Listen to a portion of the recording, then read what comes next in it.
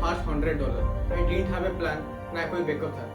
बस just had a crazy belief that something would work definitely.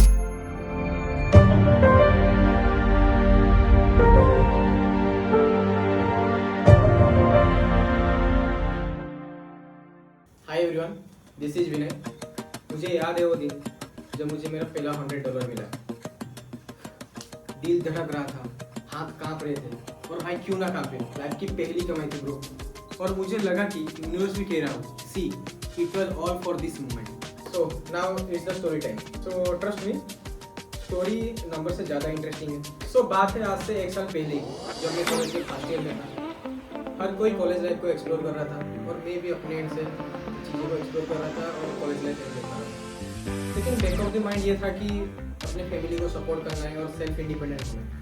सो पढ़ाई के साथ साथ साइड बाई साइड में कुछ ना कुछ सीखता रहता था. लाइक हर रोज़ मैं कुछ डिफरेंट स्किल सीखता रहता था. लेकिन एक दिन मैंने अपने दोस्त को देखा कि वो यूट्यूब पे मिनी ब्लॉग बना रहा था. Then that time I realise कि वो बना सकता तो मैं भी क्यों नहीं बना सकता. Then that's the turning point of my life. So मैंने फुल मोटिवेशन के साथ यूट्यूब स्टार्ट किया कि अभी भाई यूट्यूब पे कंटेंट क्रिएटर बन के ही रहना है. लेकिन it was not that easy to start and create content on internet. पहले मैं मोबाइल से एडिटिंग करता था और मुझे वीडियो एडिटिंग पहले से आती थी, क्योंकि मैं बिफोर कॉलेज मैं छोटे मोटे क्लिप एडिट करता था या फिर सिनेमेटोग्राफी, वीडियोग्राफी मुझे इन जनरल बहुत पसंद थी. मैं बचपन में ये जब फ़ोन मिलता था तो मैं वीडियो एडिट करता रहता था. So that give me a boost कि मुझे तो एडिटिंग पहले से आती है. सो मुझे लगा कि क्यों ना एडिटिंग को और ज़्यादा एक्सप्लोर करें और उस पर कॉन्टेंट बनाए.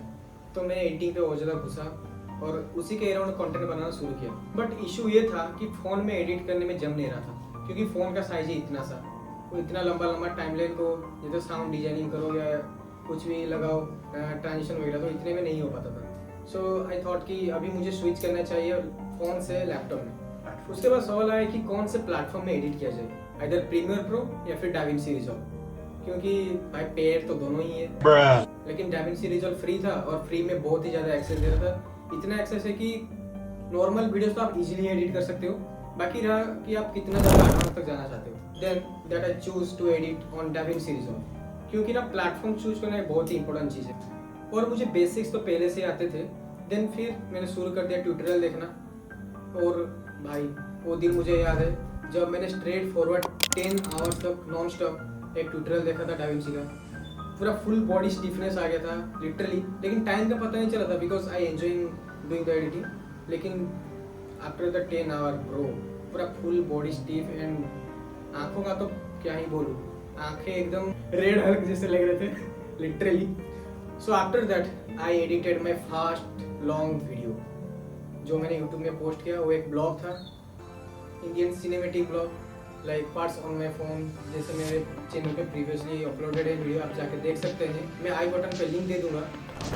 और उस एडिटेड वीडियो को बहुत अच्छा सा रिस्पॉन्स मिला. मेरे दोस्त लोगों ने बहुत ही सपोर्ट किया. भाई इतना तो मैं कह सकता हूँ, जितने मेरे दोस्त हैं वो बहुत ज़्यादा सपोर्टिव है. और लिटरली अगर सपोर्टिव दोस्त हो ना भाई, तो आप चीज़ें करने से डरोगे नहीं, क्योंकि वो लोग आपको इतना सपोर्ट करेंगे. Literally you feel like you are on the top. So वो वीडियो बहुत अच्छा रिस्पॉन्स मिला और दोस्त लोगों ने भी काफ़ी शेयर किया. And that's give me A dopamine. उसके बाद से मेरा लाइफस्टाइल कुछ ऐसा हुआ कि सुबह कॉलेज जाता था और स्ट्रेट कॉलेज खत्म होने के बाद स्ट्रेट फॉरवर्ड एडिटिंग में बैठता था. इसके बाद से मैं इस फील्ड में बहुत ही ज़्यादा घुसता चला गया. लाइक वीडियोग्राफी में था मैं पहले से. उसके बाद मैंने कंपोजिशन सीखा, colour theory, hierarchy, visual hierarchy, ये सारे चीज़ें मैंने सीखता चला गया. और I feel like this is the escape for me. और मुझे एडिटिंग में जेन्युइनली मज़ा आने लगा था. और कॉलेज की तरफ से भी मुझे रिस्पॉन्स मिलने लगे और कॉलेज में भी सब जानने लगे थे that this guy makes some cool. And side by side content creation तो चल ही रहा था, बट मैं काफ़ी ही ज़्यादा इनकॉन्सिस्टेंट था. मैं टाइम मैनेजमेंट ही नहीं कर पा रहा था कि मैं प्रोजेक्ट को दूँ, शूट करूँ या फिर एडिटिंग करूँ. Basically that phase is very juggling phase, you know. जब आप अपना बेस्ट देते हो, ऊपर वाला भी आपको एक चांस ज़रूर देता है और बस रहता है तो उस दिन का वेट. सो मेरे लिए भी एक अपॉर्चुनिटी आई थी जब हमारे कॉलेज में एक ऑर्गेनाइजेशन आई थी एक स्टूडेंट प्रोग्राम के लिए. वो लोग ऑलमोस्ट 1-2 महीने के लिए कैंपस में आए हुए थे. और उस टाइम पे मेरे एक टीचर ने मुझे बुलाया और कहा कि जो ऑर्गेनाइजेशन आई हुई है उन्हें एक एडिटर चाहिए. तुम एक रेज्यूमे बनाओ और अभी जाके उनसे मिल लो, शायद से वो तुम्हें इंटर्नशिप ऑफर कर दे. और ये सुनते ही लिटरली मैं शॉक हो गया था। फिर मैं गया, उनसे बात हुई, सब कुछ बहुत अच्छे से गया। इसके बाद से शुरू हुआ बैक एंड फोर्थ करना, ईमेल, वेटिंग, फिर कम्युनिकेशन करो।